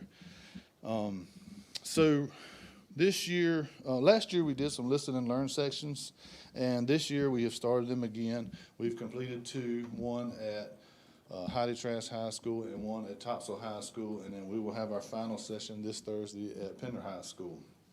Basically, it's a voluntary session for our bus drivers to come. Gives them an opportunity to just questions, comment, express any kind of frustrations, or, you know, just a free, open platform for us to have conversation. Dr. Breedlove has attended, members of the cabinet, members of the HR team, myself, and some of my transportation teams. So, like I say, it's a voluntary event. Show up if you want to, and we have some great conversation. We usually spend about an hour and a half, and we take notes and use that information to, you know, improve transportation. So I feel like it's been very successful so far. Like I say, Thursday night at Pender High School is our last event. Feel free to come. Starts at 6 o'clock, and we try to cut it off, hard stop at 7:30, so our bus drivers can get home and get ready for the next day. But feel free to stop by at Pender High on Thursday night, 6 o'clock. We talk about the pipeline every time I'm here. Right now, we have about 23 candidates in our DMV pipeline. Again, it is a slow process of no fault of ours or anyone else's. We have 8 candidates currently scheduled for any upcoming classes in January. The holiday season kind of gets slow and classes get slow, but we have 8 candidates coming in there. We have 12 candidates that have been in classes and are doing some retesting. There's 3 series of tests to get your bus license, so you have to pass all 3, and we have 12 people doing that. 3 candidates that have passed the testing series, and they're waiting on some road training to get out with our DMV trainers. Since July 1, we have actually put 2 people who have completed the system, so 2 new bus drivers. I can't tell you if they're single-role bus drivers or IA bus drivers, but anyway, we have 2 new ones, and hopefully within the next 6 months or so, we can put 23 more in there, I hope. So keep our fingers crossed. That's about it as far as any just upcoming stuff. Before I get into a 3-tier update, do y'all have any questions on anything? Well, the DMV is always the driving part is always the holdup, isn't it? Yeah, yeah. And we have 2 DEPS officers who cover Brunswick, New Hanover, and Pender County. So as you can imagine, when they do the road training, they can only take 2 people at a time for 4 days. So they're covering 3 counties, and it's just, it's, you know, it's a time-consuming process. So, but they do work well with scheduling in our counties. I feel like they're fair with all 3 counties as far as making their scheduling and just trying to get as many in as we can. There's no other option than them, though, is there? No, sir. No, sir, that's it. So, Like, for example, Cape Fear Community College does truck driver training. right. They have student drivers going up down the road. Mm-hmm. So, wonder how they get around it by, Well, the, school bus may be different, though. it is. So this is provided by the state, free of charge to us for school bus safety is what it is. I was just wondering if we could have our own, that way we didn't have to wait on them. It's been attempted in the state. I don't want to tell you that it hasn't. Several of the districts that have attempted it have recently kind of regressed back to using and leaning on the DMV. At the end of the day, all the training you may do inside your district, they still have to perform the testing series with the DMV trainers. So, my opinion on it, you've got to build a great bond with your trainer. You know, that I have trained our people to meet the expectations of the DMV requirements, and then I'm gonna put you out there to test them, you know, not knowing what it is. I hate to put them down, but I mean, honestly, the DMV is a disaster across this whole state and has been for 5 or 6 years now. I mean, when you can't even get a driver's license renewed, I just don't have much faith in them, that's all. But Yeah. can you check on if there's any possible way that we can go around them? Sure. Whether it be through a community college somewhere? Sure. Doesn't have to be here, because I guess Cape Fear doesn't do it. Right. Or hasn't offered, one of the 2. But, you know, there's about 50 other ones in the state, and, or have our own would be my preference, but, I mean, And I can get some more data from some other districts that have tried it. we can have our own trainer and do it for other systems too, charge them. if we Right. want to. Maybe. Just saying. Be glad to look into it. I don't mean to knock the DMV, I just don't have much faith in them after Right. And well, and to be honest, you know, the if miraculous you- mess they've made across the state. we talk about bus driver shortage, you know, all the time. Every meeting we have, every discussion you guys have with me, bus driver shortage comes up. And every meeting that I'm in with that DMV is a part of, they're short as well. So they're short on staffing too. So, you know, Yeah, but I mean, you walk out the front door of this building and look across the street, and there's people, you know, backed out into the parking lot trying to just get in the building. And I mean, if they're running that way, I promise you they're running that part of it that way too. Right. But a lot of that had to do with the implementation of the Real ID. Yeah. And the deadline came up, what was it, this past summer? Yeah. And I think that's why you saw lines wrapped around DMVs. They still got 'cause lines, though, don't you they? can't even, I think you couldn't even get on an airplane without a Real ID. So, Well, that's what they just told saying. everybody, but now apparently you can pay a $45 fee. What, to get at the head of the line? No, to be able to go on without a real ID. Oh, yeah. I just had a question. How are the radios received by the bus drivers? Well, so the bus drivers, we haven't implemented with the bus drivers Okay. yet. They are, the radio team is still here testing. So, the tower system is up, all of our base units are in all the buildings, all the repeaters. What they're doing this week is they're testing the handheld devices that'll be distributed to the school level administration. And they're also testing the base units while they're in those particular schools. So they're doing some distance checking on some different radios. And then like you say, this week and next week, they'll be completing that. So there's about 42 handhelds, I believe, that are being distributed. Every single one of them is tested at every location, you know, outside of the building, in the parking lots and things like that. So, takes a little bit of time, but like I say, the contract was set for December 31st. So, you know, I'm giving them until then to have everything ready for us to flip the switch and go on our end. So we're hoping to have them and the buses ready to roll by the Yeah, end of the year? everything's mounted, everything's installed. So all of our buses have installs, all of our service trucks, all of the buildings, they're implementing the handhelds now. So by the end of, hopefully by next Friday when we go on break, because no one will be in the buildings, they'll have everything, all the equipment ready to roll, you know.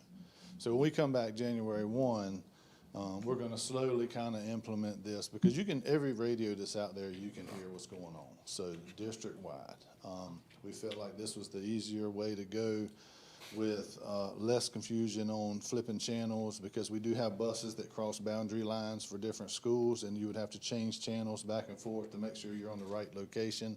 So we just simplified it with everything being on the same channel. And if we figure out down the road we maybe need to go a different route, we can always, you know, reprogramming is probably the easiest part of it, because that's all technology-based, you know, work. But like I say, we'll come back after January 1 and we'll start kind of implementing the use of some radios, and we'll probably try to start and just section it off within the county. Of course, everyone will be able to hear the transactions, but one big thing we're trying to really teach when I have discussions and I have meetings is just that you know, Mr. Spivey, you can attest to this, is that anytime you're talking on that radio, you're taking up some air, some space that someone may need. So just learning how to utilize the radio and when to talk and when not to talk and what kind of information to put out is an important part. So we're gonna take our time, you know, and get it going. I think on day one when I put it out, you know, if we get a 911 or we get an emergency, like pick it up and holler at us, you know, we'll figure it out. But we're gonna try to take it slow and just kind of make it a seamless startup for it. Anything else? Thanks. All right, so 3-tier update. Go back and give you a little bit of data. Last year, this year, like I say, any point in time you want to stop me, feel free to stop me. So week 1 in 2024, we were running 94 buses. The last week of school in 2024, we were running 90 buses. Even though we thought that the 3-tier system was going to help us cut out buses, it actually did not, just due to timing and the way we set up the system. This year, week 1, we started out with 95 buses, and currently, as of today, we are down to 91 buses. Using in our fleet, we run 9 double routes in the morning, 8 double routes in the afternoon. I've got this in the wrong place. I'll circle back to it in a minute, and we'll talk about double routes. Actually, that's next. So last year we were running 38 double routes. These are established double routes that are locations are just close to the school, and it is just not feasible and it's not efficient for us to just make one run and expect someone to come in and work, you know, an hour and a half all day long, you know, and you're not going to find people to drive and work in those situations. And like you say, you run a 30-minute route from load to unload to back to the school. So these are where we get our established double runs.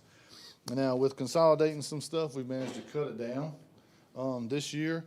And like I say, now we are down to, in August of 2025, we were at 21 total double runs, and now we are down to 17. So from 38 last year down to 17 now, and a lot of these we just feel it's important that we just have to have them, and it really is just efficient, and it's just better on our workforce to have these double runs set up. I just want to make sure I understand. These double ones are routes that are probably close to the school, and so they run the route really quickly, and then they can come back and take another route. Yes, ma'am. Okay. Yes, ma'am. Just make sure. Yep. Let's see. We are on day one this year. We worked really hard to have every bus covered, every bus have a driver, every bus have a monitor. We were able to meet those expectations. Sorry to say that was a short-lived process. We came out running, hit the ground running, and we slowly backed up a little bit. But right now, I didn't write this down, but I think currently we have about 8 buses that we do not have an actual driver for, so we use, substitutes and substitute drivers to cover those on a daily basis. In that pipeline we were talking about earlier, hopefully we can start pulling some people out of that as they get their licenses and we fulfill those 8 drivers. We run one that's a non-established double route regularly due to driver shortage. Last year, we were splitting routes, doubling routes on top of our established doubles just to do what we could to get our kids home. So we're down to one kind of on an average right now. So when you talk about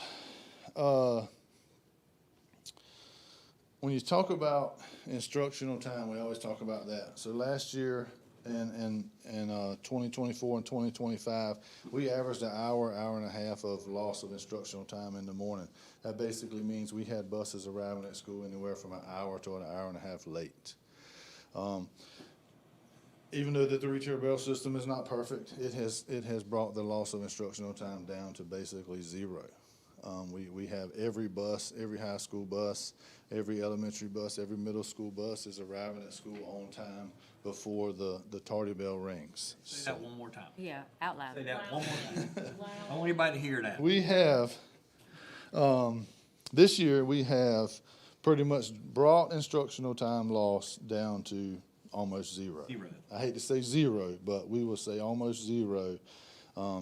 I give Dr. Breedlove a weekly report. Dr. Grimm, they get a weekly report every week from the previous week as to how many late buses we have, how many on-time buses we have, how many drivers we're missing, and they get a weekly report to review. And right now, none of our buses are late in the morning. Now, we have some buzzer beaters, and we're working through that, but we're a far cry from an hour to an hour and a half of loss of instructional time. Can I say, not related to 3-tier, but I know when I visited out at Pender High, they said their buses this year have been a lot more efficient in being there on time. Yeah. How many buses did we have late last week? Oh, you put me on the spot. None. Last week. Week before that, maybe we had, let me see, I got it here. I ran an average, and this is actually PM. This is AM 0. AM's been 0 for weeks on end. The first week was challenging, getting it started, getting the bugs worked out, but we're 0 in the AM. In the PM now, we run an average over the last 8 weeks. We've run an average of about 18 to 19 buses are late. Now, when I say late, that means arriving back to school 15 minutes after the dismissal bell. Now, why do we pick 15 minutes? I don't know, but we come up with a 15-minute window of a late bus because we felt like, we need to get them off the campus within 15 minutes. And a lot of that's just due to traffic. Is there a certain level of which most of those late buses are? High school, elementary, or middle school? Well, high school, there's none in high school because they're the first dismissal. Our elementary buses, generally, most of them, the late period is a little bit shorter because it's a domino effect. High school starts out on time being the first school dismissed, elementary being second school in line, and then, of course, it's a domino effect to where middle school is affected the most as far as late buses. I have seen, now granted I've only been here 2 years, not quite 2 years, it seems like this year there has been an uptick in accidents in Hampstead on the 17 area. It seems like every day I see them, I hear about them. If I'm over on the Topsail side in the morning, I hear the sirens, going out. It's just traffic is relentless out there. The bumper to bumper, we've had several buses involved in what we call fender benders in the stop and go traffic this year. A few might have been, in a case where we were involved, we could have kind of avoided, but there's been more that were just, somebody bumping in the back of us, or something like that, just because it's that stop and go. Now that it's getting dark at night, and so it's just, traffic's tough. Traffic's tough. And there's not one day, Monday through Friday, that's any less or any worse. So everybody thinks Friday's the big traffic day, but Monday's just as bad as Friday. So, that's kind of what we deal with. Let's see. We're still you know, things have kind of settled down in routing. We still work with our drivers to update routes, you know, anytime we can update if we have students that don't ride. You know, rule of thumb in Pender County is if a student don't ride for 10 consecutive days, we take them off the bus route. Now, we do some double checking to make sure it's not sports related, because as seasonal sports come, kids will come off and not on. But generally, if they don't ride in the morning and in the afternoon for 10 consecutive days, we assume they're not riding anymore and we take them off. So if it's kind of an afternoon thing, we dig a little deeper and make sure it's not sports related, you know, to save that seat. But that's about it. A few things to improve on, you know. We can't fix the traffic, you know. We've changed the entrances and exits to the Topsail area, you know, South Topsail, North Topsail, Surf City. I mean, they're one way in, one way out. Not a whole lot we can do. Thank you to the Surf City Police Department. They've come into Surf City and tried to do some traffic work just to get the buses in and out and keep the cars flowing. So we appreciate their help. I know Surf City's commented on it a lot. They've appreciated Surf City PD being in there to help as well. So, and then, you know, Mr. Hall, you had talked about, you know, not necessarily cutting out every route to be as efficient as we could. So we've tried to kind of maintain that, but then also not have buses just riding with a very minor amount, you know, limited amount of students on it. So we've cut our buses down to try to be efficient as we can, and kind of just. I just don't want people inconvenienced over Right, efficiency. DPI efficiency program. Is Right, all. right. So we've definitely taken that into consideration as well when we come down. So we could probably consolidate right much more, but we've tried to take that into consideration and keep the buses moving and get the kids home as fast as we can. And then, you know, the big question is how are we fixing it? How are we fixing our buses and our bus driver shortage? We just, you know, we work with our APs, we work on bus discipline. Anytime you ask a question, you know, what is the biggest challenge with bus driver retention? Well, money and discipline. They're the two main things. So yearly, bi-yearly, we meet, we look at money, we look at budget. This year we implemented an incentive plan that you guys approved in October. So November rolled out the first payment of the incentive plan. Really hadn't given us enough data to really see if it's being effective or not. I'm proud of finance, I'm proud of transportation, the people in the office. I have not received a lot of calls on mistakes. You know, I told our drivers, be patient with us. This is a very complex system that we've put together. But, you know, be patient if there's mistakes. So we've not had a lot of calls, so I'm proud of that. We're doing some advertising around the county. Throughout the summer, we had buses staged around the county, had signs. There's some on some fences here and there. Excuse me. I said we implemented the bus driver incentive, and then next year we'll start looking at possibly a phase 2 on an incentive program. You know, anyone and everyone in transportation wasn't included in this. We tried to specifically target our bus driver shortage, you know, and we just tried to take steps in this incentive program. So we'll put our team back together and we'll look at a phase 2 and include our monitors and you know, and anyone else that participates in transportation to help with this bus driver shortage. That'll be phase 2, you know, phase 3 moving on. And then last but not least, we're trying to include our drivers more, like in routing. You know, we're looking at some route optimization work in the future. Always looking to make our routes better, more efficient, you know, but stay on a timely schedule. And we're just trying to get more inclusion with our drivers. We're going to try to put together a committee of drivers. You know, we can't put 100 of us in a room and we all try to talk and put ideas out. But we're going to put a committee together, and we're going to include several drivers in that and kind of get their opinions on it. I mean, they're driving these routes every day. They know these roads like the back of their hand, and they can tell us where you should turn right or turn left or shouldn't go down this road or that road. So that's important to us, and I feel like that'll be a big key for the drivers. So that's about it. Thank you. Thank you. All right, no questions? And no questions, but just a comment. We gave you a Herculean task, and you and your office has, quite honestly, exceeded my expectations. When I can go from around Sloop Point Loop down to say like Porter's Neck at 8 o'clock in the morning, and I've said this before, in about 30 minutes or less. I haven't seen traffic really get snarled until I get to about Porter's Neck, about Scotts Hill, Porter's Neck about that time. So I never thought I'd see that.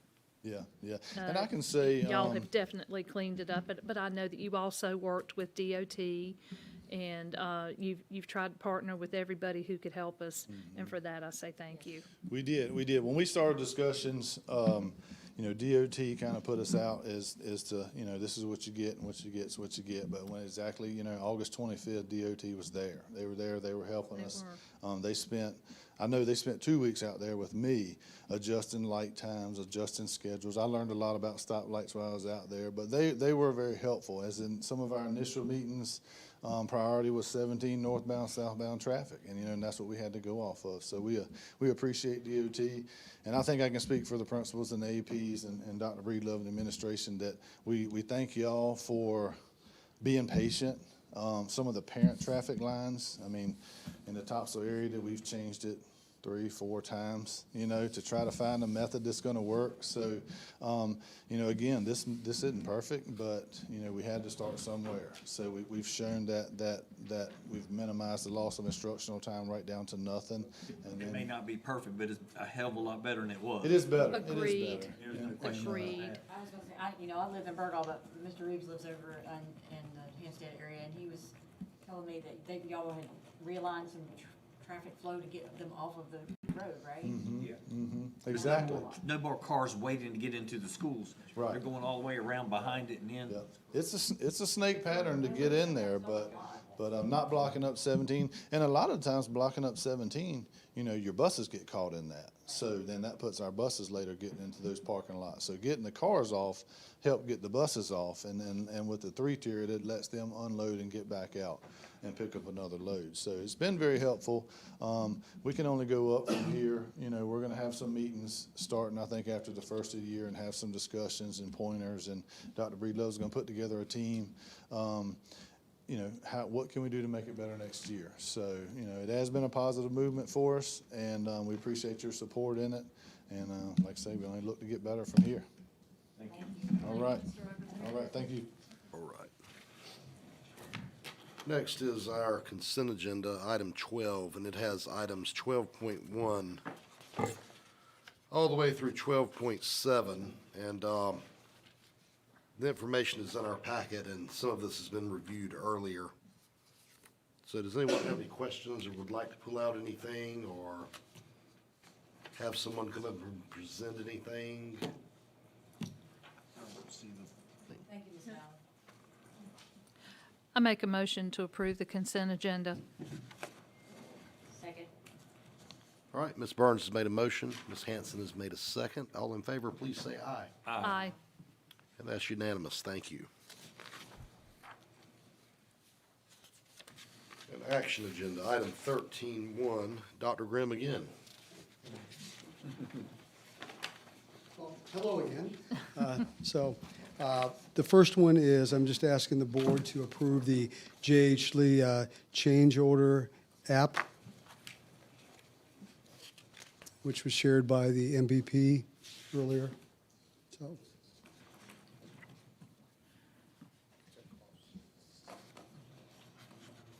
I make a motion to approve. All right, Ms. Burns has made a motion. Do we have a second? Second. Mr. Spivey has made a second. All in favor, please say aye. Aye. And that's unanimous. okay, the next one is the K-8 pay application for Bordeaux. And so recommending approval for that as presented. Make a motion to approve. All right, Mr. Spivey's made a motion. Do we have a second? Second. We have a second. All in favor, please say aye. Aye. And that's unanimous. Thank you. Yes, and the last one is the MVP pay app number 3. So just recommend approval as presented. All right, we have a motion. Make a motion to approve as presented. Ms. Hanson has made a motion. Do we have a second? I'll second. Ms. Burns has made a second. All in favor, please say aye. Aye. And unanimous. Thank you, and Merry Christmas. Thank you, sir. You too. Thank you. Dr. Sawyer. I get to end up tonight. Good evening, Board. So tonight, we're asking you to approve the continuation application for the Head Start grant. Head Start grant's a 5-year application, but we have to submit every year for the continuation of the money provided for Head Start. This year's continuation is $2 million, is a little over $2 million. The budget is in there. Most of the money within the 5-year continuation grant does pay for staffing, pays for part of admin costs, part of teachers' cost, IA's cost, and all of that within the 5-year grant. Any questions on that? I would like to say the process that we've been going through the last couple of years, we've recently sent out a survey to families just to find out how we can continue to improve the pre-K program. So we're collecting that data, and as soon as we get that in January, hoping in January, we'll provide an informational presentation for you on some improvements that they're looking for as well. Last year, we improved the curriculum in pre-K. We're running a new math program as a pilot in one of our schools, which mirrors the math program we have at elementary. So they're really excited about doing that. So we're going to pilot that, collect that data. So we're making a lot of improvements in our pre-K programming. Any questions? Have a motion for approval? Make a motion. Mr. Spivey has made a motion. Have a second? I'll second. Mr. Reeves has seconded. All in favor, please say aye. Aye. And unanimous, thank you. Okay, Merry Christmas. Thank you. All right, comments from board members. Let me start by thanking Ms. Burns for her service the last year. As you can see, since I made a mistake to start with on this agenda when I sat down here, it's easy to do, but I appreciate your hard work on that, and Thank you. we know that you'll continue to work hard, even doing this other job, so. But Thank you. just start with Mr. Reeves. Do you have comments? First, last time. I just have a few things. That was her fault. It is Caught me off guard here. I've been here for a year. This month here marks my first year on the board. I was just reflecting on some things that I really enjoyed. By far, graduations. I loved the early graduations last January. Over the summer or in the spring, we had our graduations, and handing out the roses to the students and just seeing them, start a new chapter in their lives. And it was just really warming to me to see these children graduating and moving on in life. Instructional days. I think I've been to 4. Me and Mrs. Hanson. I love going into the classrooms and watching the teachers and the excitement in there of the students learning and asking questions. We have got a great bunch of teachers and students. Sometimes you just hear about the bad. It's 99% just great students. Eager to learn, coming up to us and introducing herself and shaking our hands, and it's really warming to see all that. Went out to, where the hell we at? Malpas Corner. I couldn't even think of it. Drew a blank. Malpas Corner School, and met Miss Jacobs, a great principal who came over from Burgall Elementary, Burgall Middle. She's doing a fantastic job out there. Behind every good man is a great woman, and I met a great woman out there, and that was Mrs. Grimm. Yes, we did. And so you're a good man, and you got a great woman there. And we talked to her for a few minutes, and she is just fantastic. And I really enjoyed that. Airmark, congratulations.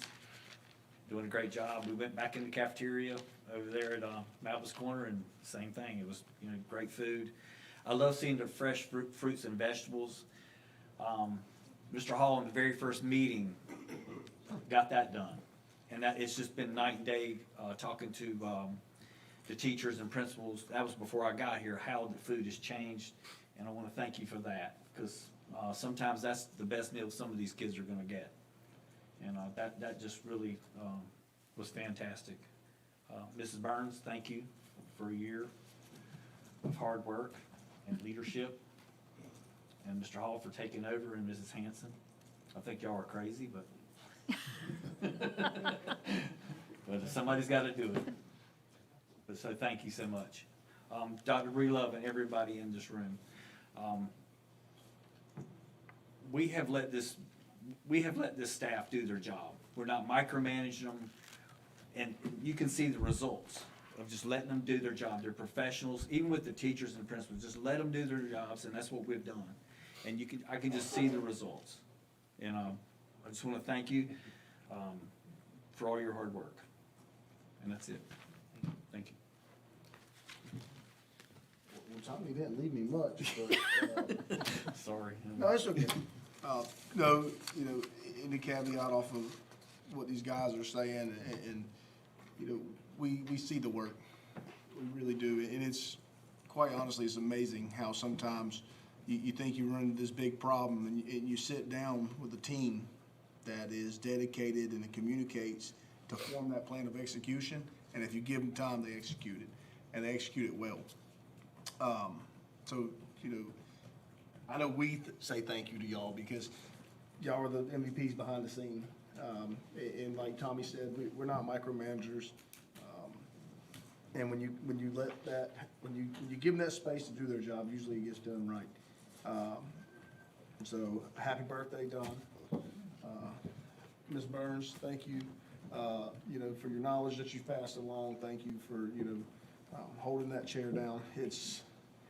I don't like he said, I don't know how you do it, but you make it work. Ms. Hanson, thank you for stepping up on that. Good luck to you. I will buy you all the leave or ibuprofen if you need it. John, 45, next thing you know, it's gonna go by fast, and with all the stress, you'll probably be 50 soon.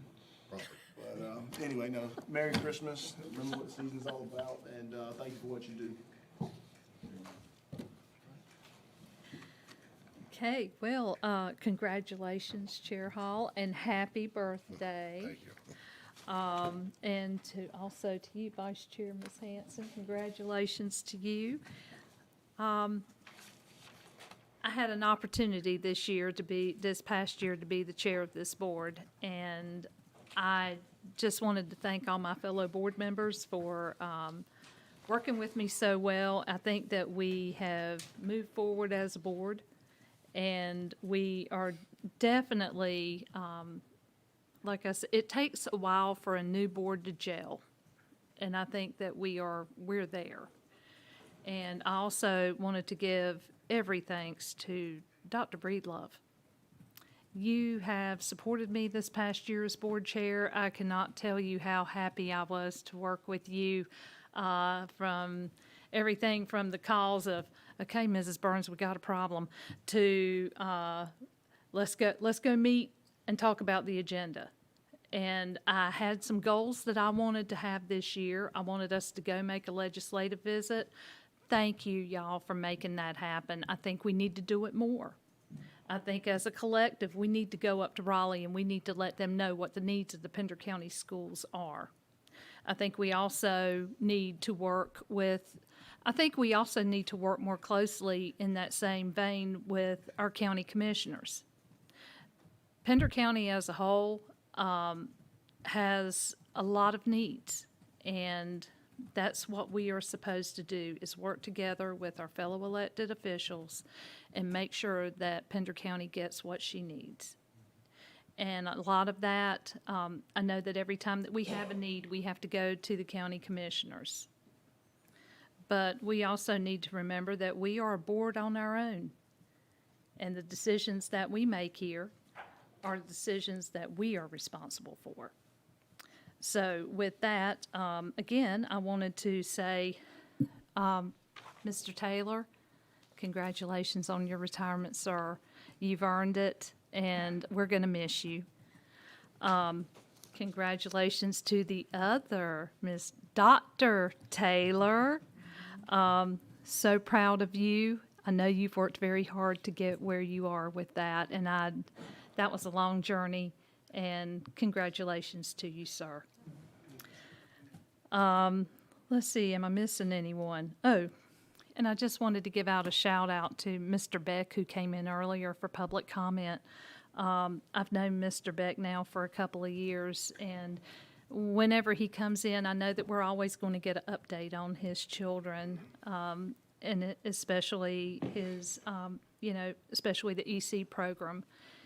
And I just wanted to say what he said up here tonight, I could so relate to, because when you have a special needs child and that child hits a milestone, especially a nonverbal child, there is no greater joy than that, than seeing them make their milestones and do the things that we have worked so hard to get them to do. So I just wanted to tell him, Merry Christmas, sir, and thank you for coming out tonight to speak. And on that, I will close and say Merry Christmas, everyone. And I think we all know the reason for the season. Thank you so much. I guess I'm next. Of course, happy birthday and congrats on your appointment. And since we last met, we were all invited to the Pender High Order of the Patriot, and I was fortunate enough to be able to attend. And Mr. Falkbonner and I were talking earlier that is, it was my first time to attend, but he has been multiple times covering that, and that what a sweet and very rewarding event to go attend. When you have a child's mother who's crying because she's so happy for her child, it's really heartwarming to know that might be the only thing that child ever gets as a achievement. But anyway, I would encourage everybody here on the board, when you're invited next time, be sure to try and get there. It was a great event. We did visit Malpa's Corner. We did get to meet Mrs. Grimm. She was very nice. He's here. You hear me. And they're doing some great work. And we met with Airmark, stopped by and saw those folks, and they were very nice, and everything looked great. And I just want to thank all of our staff, transportation, everybody. Y'all have done such a great job. It's the end of the year, calendar year, and I'm just thinking about those things. And I just want you to know that I personally appreciate you, because sometimes I know we may ask you to do something and it feels like a daunting task, but it is. But you come together and you surprise us every time, and you outperform what we expect. And I appreciate that. And I wanted to say happy retirement to Mr. Taylor, and congratulations again to Dr. Taylor. And with that, Merry Christmas to everyone, and God bless you and all your families.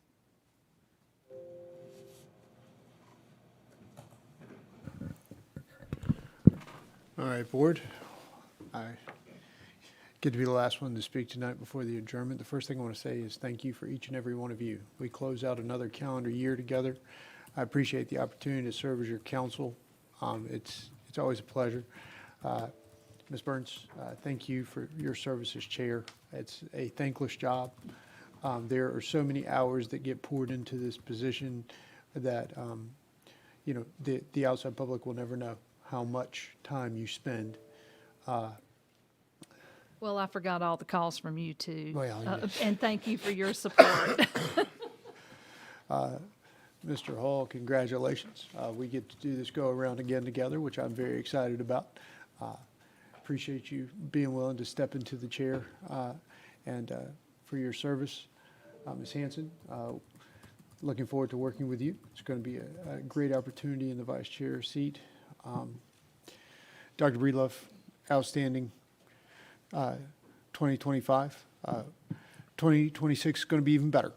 I'm certain of it. Mr. Taylor, I appreciate you. I've known you for quite some time. You have a well-earned retirement. Absolute best wishes to you. And finally, to my friend, Dr. Taylor, congratulations. With that is going to be the end of my comments, other than to say happy birthday to the chair. Thank you. All right. Dr. Breedlove, do you have anything else before we adjourn? No, sir. I think you all said it all. So thank you very much. All right, do we have a motion to adjourn? Make the motion. Mr. Spivey has made a motion. Do we have a second? I'll second.